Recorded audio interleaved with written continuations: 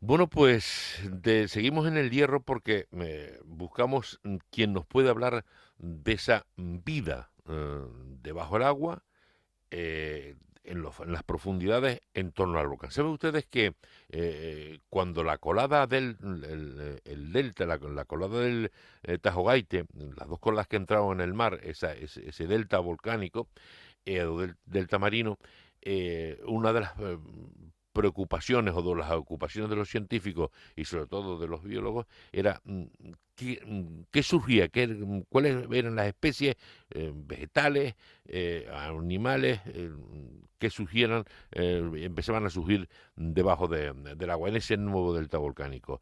Matías Fonte Padilla, decano del Colegio de Biólogos de Canarias, buenos días. Hola, buenos días, ¿qué tal? El volcán del Hierro nos sorprendió también con esa nueva vida en su entorno. Bueno, es que el volcán del Hierro, la verdad que como elemento de estudio geológico y biológico es interesantísimo porque fue un volcán que no llegó a superficie, fue submarino, entonces todas las implicaciones que tuvo fue a nivel del mar, ¿no? Dentro del mar. Hay que pensar que aunque no se vio, estamos hablando de que liberó pues unos 320 millones de metros cúbicos de material volcánico, ¿no? Cubriendo una extensión enorme, 200 millones de metros cúbicos, de metros cuadrados, perdón, de la colada volcánica. Pero ¿qué ocurrió? Que fue debajo del agua. Es decir, fue Claro. un volcán que duró en el tiempo, con una gran proyección de material, pero al final formó un cono volcánico enorme y el tope del cono volcánico quedó a unos 88 metros de profundidad, es decir, que nunca llegó a superficie. A superficie lo que vimos fue la emanación de gases, fue los elementos más ligeros de material volcánico, las famosas restingolitas que todo el mundo se acordará, y después, claro, una cantidad de productos químicos que transformaron primero matando el calor y los productos químicos, matando todo lo que tenían alrededor. Hay que recordar la cantidad de peces muertos que aparecían, por ejemplo, y lo que no se veía, claro. Y después con esa fertilización brutal que supuso el volcán para toda el área circundante, ¿no? Ujú. ¿Y alguna novedad?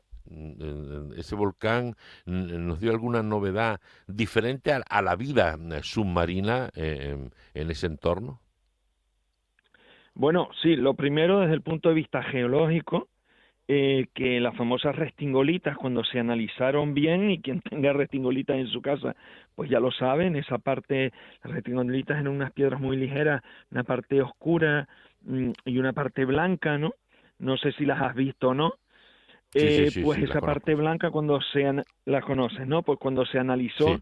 se descubrió que ahí habían coccolíferos, o sea, unos fósiles de seres vivos de hace 80 millones de años, es decir, que la colada atravesó zonas donde ya habían sedimentos de seres vivos antiguos. Eso es lo primero que ocurrió, ¿no?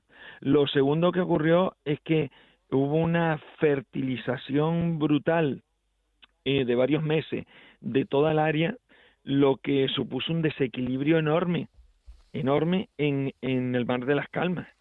Es decir, al Mm, principio mató a muchísimos animales y plantas, y después, a medida que esos niveles llegaron a un nivel alto, pero no tóxico, se produjo el efecto contrario, se fertilizó el Mar de las Calmas, hubo un desequilibrio tanto en especies animales como vegetales, es decir, en el sentido de que hubo mucho mm, más de lo que tendría que haber ahí, y después poco a poco se fue normalizando a los valores normales. Y sigue activo, es decir, sigue activo en emisión de gases, pero ya sin riesgo volcánico en absoluto, ¿no? Pero ujú. ahí sigue, de hecho, la gente que visita la Restinga, la gente que vive en la Restinga puede ver de vez en cuando los barcos oceanográficos que se colocan ahí y siguen haciendo mediciones, ¿no? Sí, porque sigue dando que estudiar, ¿no? Sí, tal como decía el anterior ponente, geólogo, muy interesante, sin Mm, duda. Lo bueno que tenemos ahora es que tenemos una cantidad de aparatos y de mediciones de esos aparatos, una precisión tal que podemos predecir y saber en tiempo real cuál es la emanación de gases, movimientos de las coladas volcánicas. Dense cuenta del magma. El magma se va moviendo y desplazando por debajo de la corteza. Esos movimientos los podemos seguir. Podemos notar sísmicamente hablando con los aparatos cuando la lava empieza a romper la corteza y empieza a aparecer arrastrando esos materiales que, como dije antes, por ejemplo, sedimentos antiguos.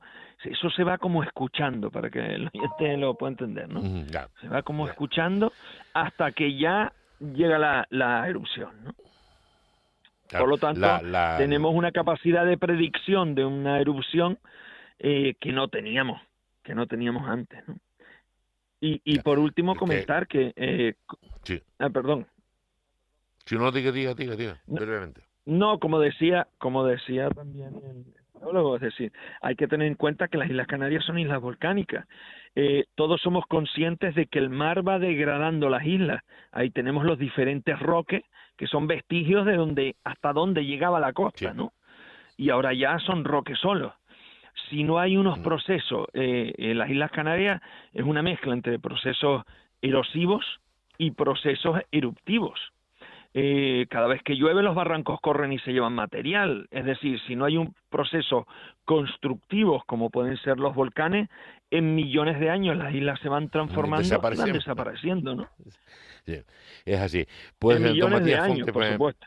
sí, ese. Matías Fonte Padilla, decano del Colegio de Biólogos, muchísimas gracias por atendernos en este Nada, domingo y por su brillante aportación. Gracias y buenos días. muchísimas gracias.